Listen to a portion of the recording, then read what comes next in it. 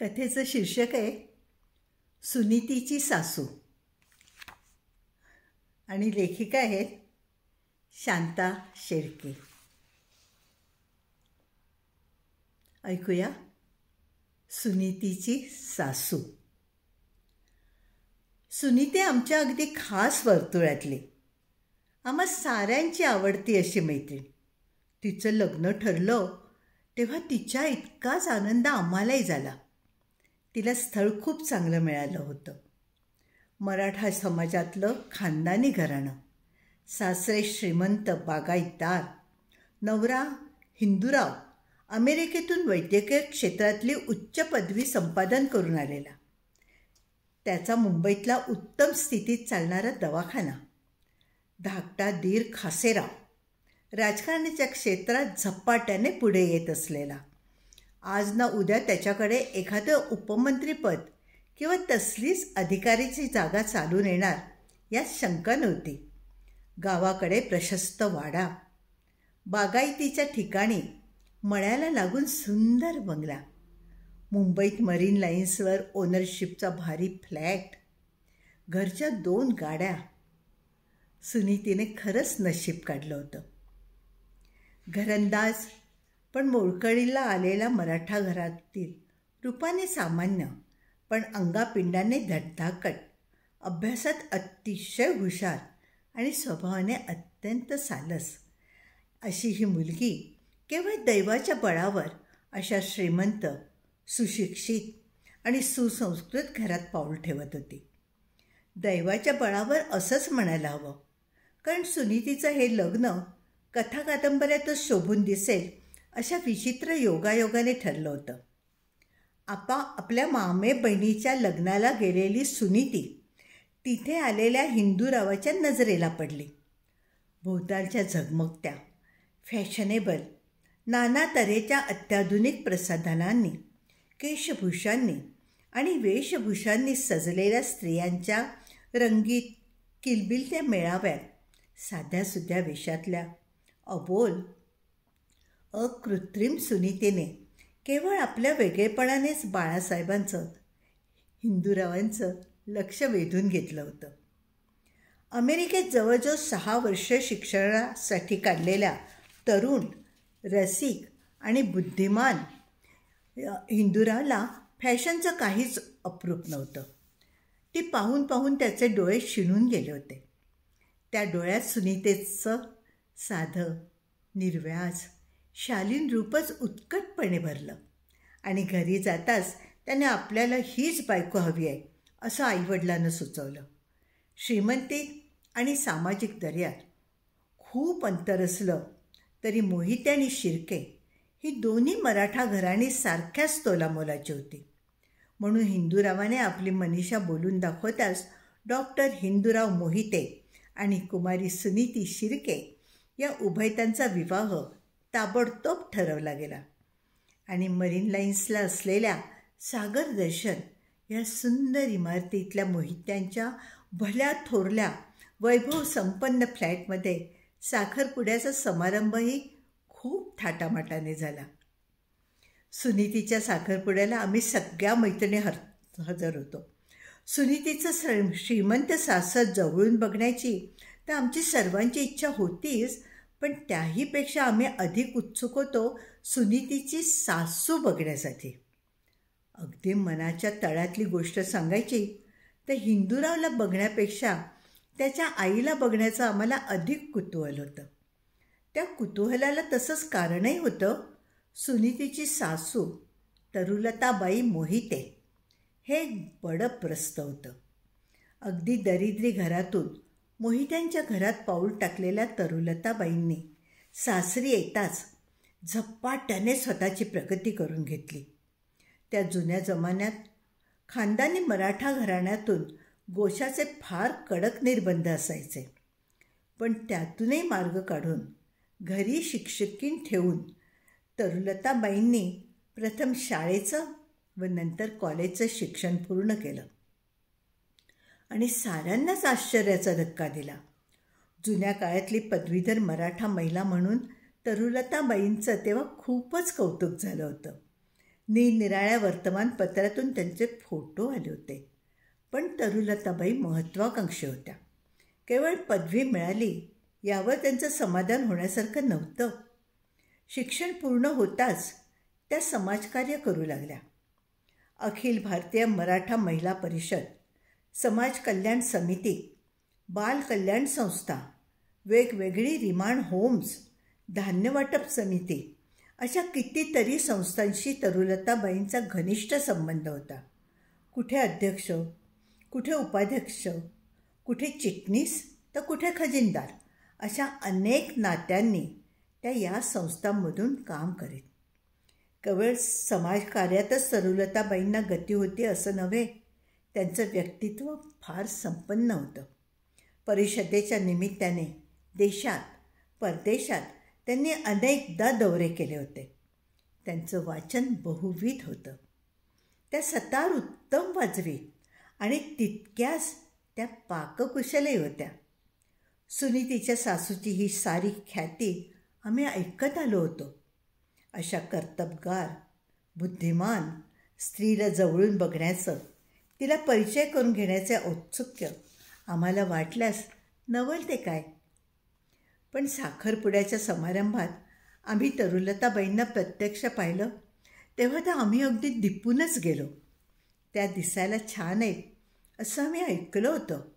क्वचित सभा संमेलनात व्यासपीठावर बसलेल्या तरुलताबाईंना आम्ही दुरून ओझरतं पाहिलं होतं.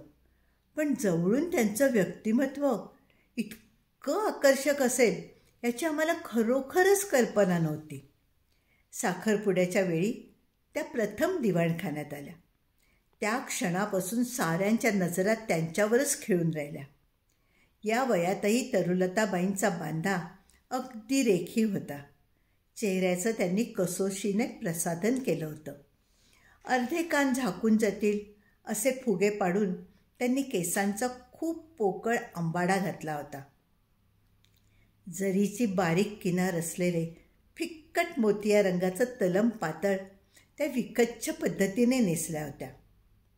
त्याच पण गडद रंगाची बिनबाह्यांची चोळी त्यांच्या अंगाला रुतून बसली होती.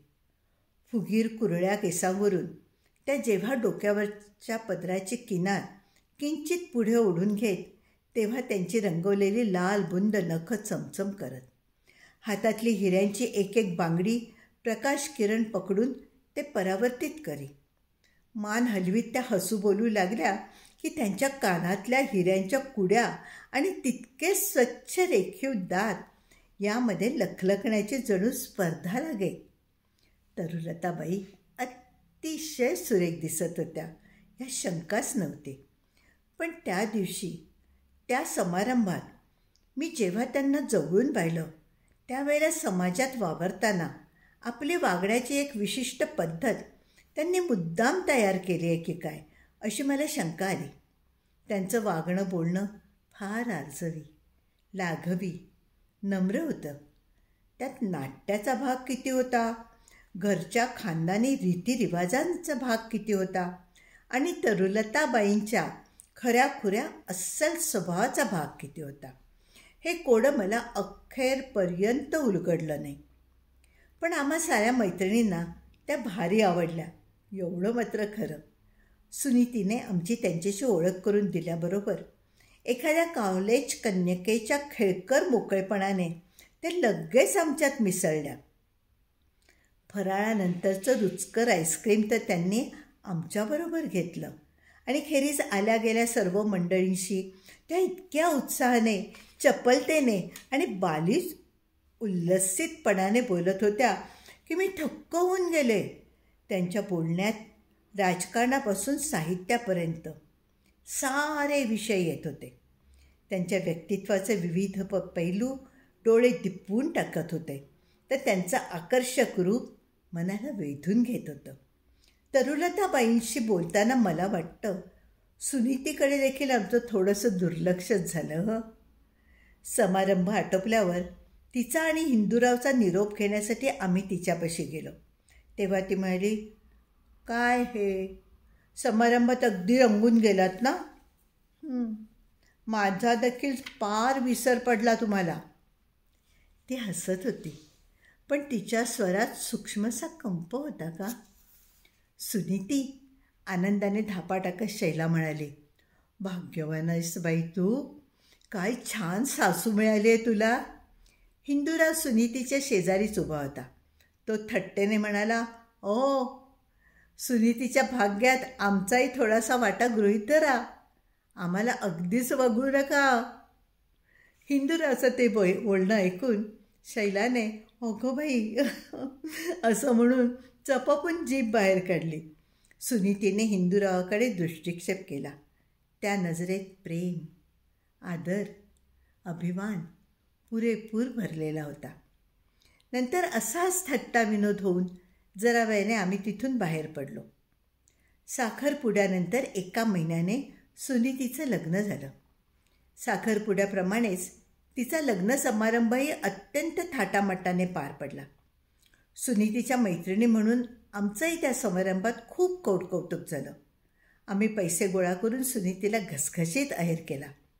सुनीतीच्या सासरकडून आम्हाला प्रत्येकीला एक भारी साडी मिळाली.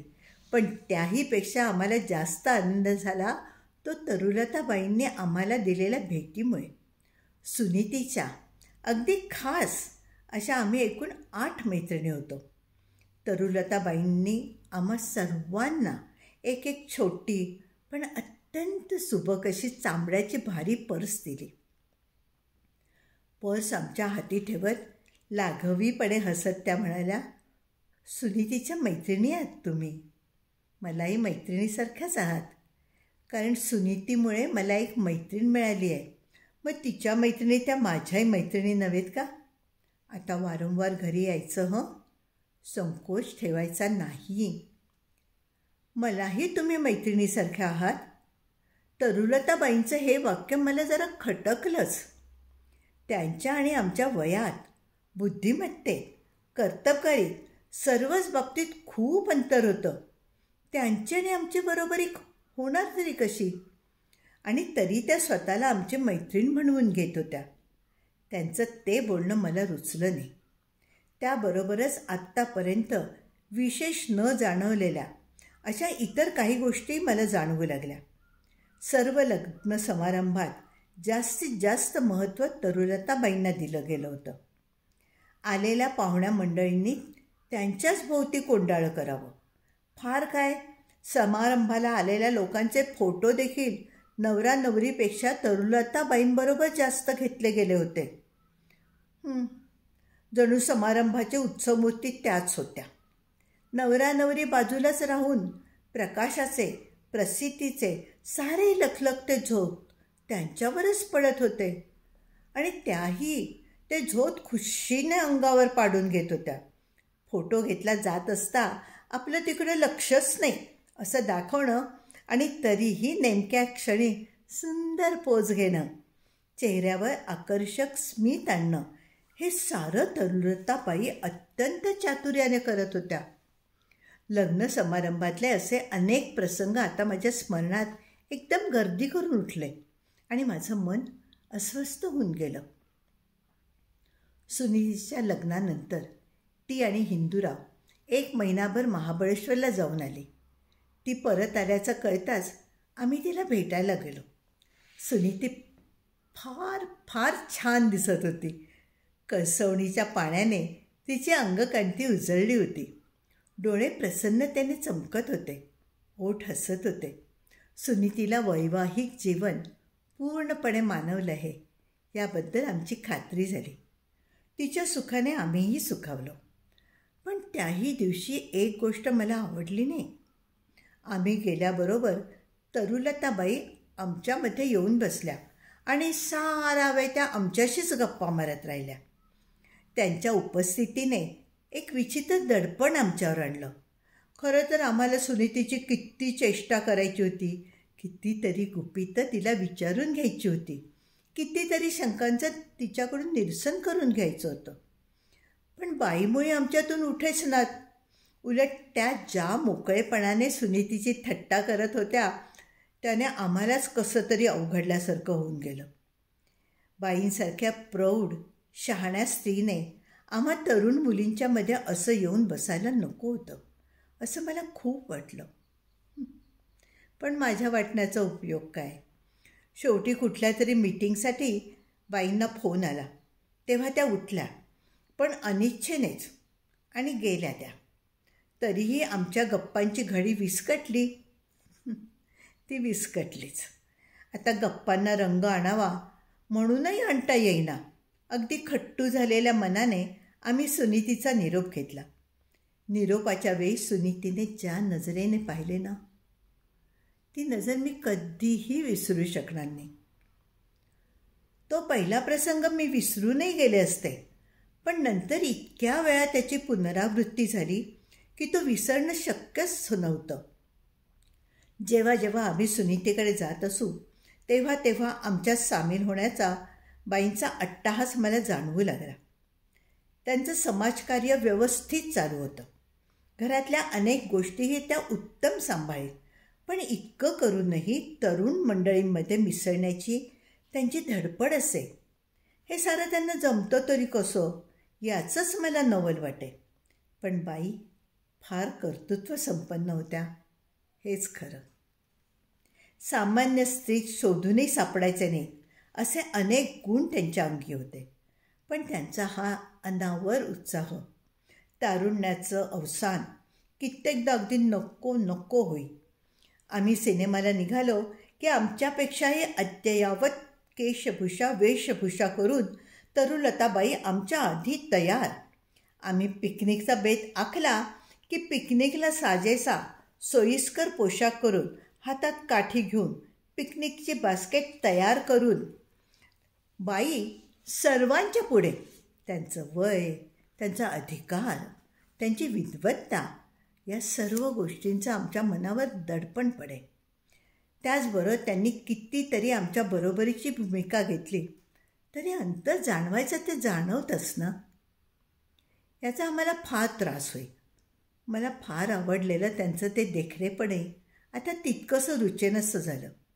उलट थोडे बंडखोर विचारच आता माझ्या मनात येऊ लागले. स्त्रियांनी आपली फिगर सांभाळावी हे ठीकच आहे.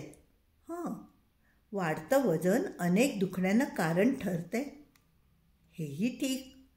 पण 50शी उलटून गेलेल्या तरुलताबाईंनी ऐन विशीतल्या मुली इतका आपला बांधा सडसडीत ठेवण्याचा आग्रह का धरावा? खरं म्हणजे त्यांच्या सडसडीत उंचीला या वयामध्ये थोडासा लठ्ठपणा खुलून दिसला असता. लग्नाच्या समारंभात त्या एकदाही नऊवारी नेसल्या नाहीत.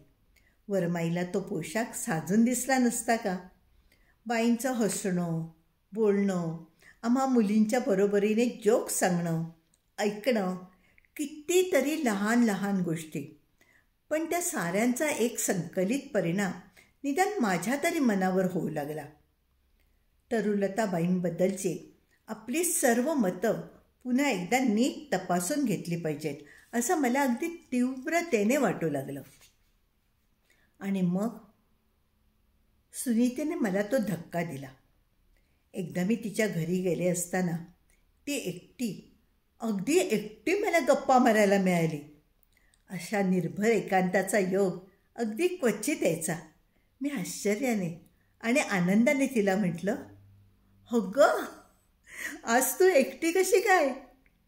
बाई गेल्या आहेत अलाहाबादला वुमेन्स कॉन्फरन्सला, म्हणून हा कपिलाषष्ठीचा योग आलाय.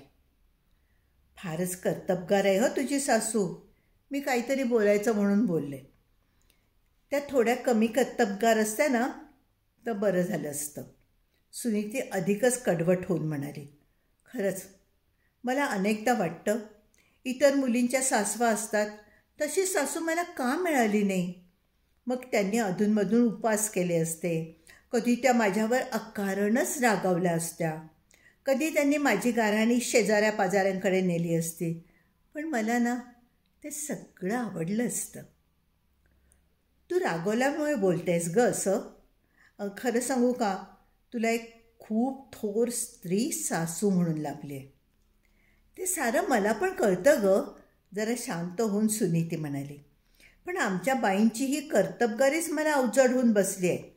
घरात सतत त्यांची मित्रमंडळी, त्यांचे कार्यक्रम, त्यांचा गाजावाजा, त्यांच्या सावलीत खुरटलेल्या रोपांसारखी आम्हा तरुण मंडळींची अवस्था झाली आहे. बरं, हेही मी सहन केलं असतं, पण स्वतःला सतत तरुण, उत्साही, खेळकर राखण्याच्या त्यांच्या अट्टाहासामुळे त्या आम्हालाही आमचं जीवन स्वतंत्रपणे जगू देत नाहीत. माझ्या मैत्रिणी देखील फितवल्या आहेत त्यांनी. हिंदूरावांचे दोस्त येतात ना, ते त्यांच्या आधी बाईंची चौकशी करतात.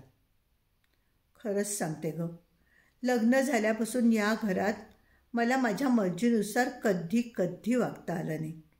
माझं स्वातंत्र्यच गमावून बसले मी. सुनीती तळमळून बोलत होती. मी मुक्काट्याने ऐकत होते, कारण बोलण्यासारखं होतंच काय. शेवटी मी तिला म्हणाले, तू म्हणतेस ना ते सगळं पटतंय मला, पण आता यावर उपाय काय? उपाय ना, मी काढलाय शोधून. सुनीती म्हणाली, तुम्हाला कदाचित तो आवडायचा नाही, पण दुसरा इलाजच नव्हता.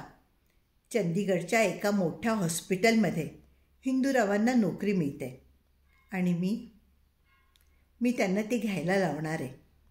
अगं, पण पुढे मला बोलताच येईना. तू काय म्हणतेस ते लक्षात आलं आहे माझ्या, सुनीती म्हणाली. इथला इतका छान चाललेला दवाखाना बंद करून एकदम दूर परक्या गावी जम कसा बसवायचा, हीच ना तुझी शंका. पण मी खूप विचार करून हा निर्णय घेतला आहे. इथे एका गावात राहून आम्हाला वेगळं घर थाटता येणार नाही. माझे सासरे देवमाणूस आहेत आणि सासूबाई देखील आमच्यावर फार प्रेम करतात. पण फार छळवादासारखंच फार प्रेमही अगदी गुदमरवून टाकतं गं. मला आणि माझ्या पतीला जर आमची स्वतःची व्यक्तिमत्व जोपासायची असतील, खऱ्या अर्थाने आमचं सहजीवन सुरू करायचं असेल, तर आमच्या बाईंच्या सावलीतून बाहेर पडणं हा एकच उपाय आहे. आणि त्याच उपायाचा मी आता अवलंब करण्याचं ठरवलं आहे. दुःखात सुख इतकंच की हिंदूरावांना मी हे सारं पटवून देऊ शकले. त्यांच्या जीवावर आणि त्यांच्या आधारावर ही झेप घेते मी. सुनीतीकडून परत घरी येत असताना तिचं हे बोलणं मला वारंवार आठवत होतं आणि मानवी सुखदुःखांच्या विचित्रपणाने मी सुन्न होऊन गेले होते. परवा सुनीतीचं मला चंदीगडहून पत्र आलं. पत्रातून तिची प्रसन्नता ओळी ओळीतून डोकावत होती. तिने लवकरच आम्हा सर्व मैत्रिणींना आपला पाहुणचार घेण्यासाठी चंदीगड बघायला तिकडे बोलावलं आहे. तिच्या निमंत्रणाचा अर्थातच आम्ही स्वीकार केला आहे. आमचा हा बेत तरुलताबाईंकडून कसा लपवून ठेवायचा एवढा एकच प्रश्न तूर्त माझ्यासमोर आहे. कारण पत्राच्या शेवटच्या ताज्या कलमात सुनीतीने ती खास सावधगिरी बाळगायला मला सांगून ठेवलं आहे बरं का.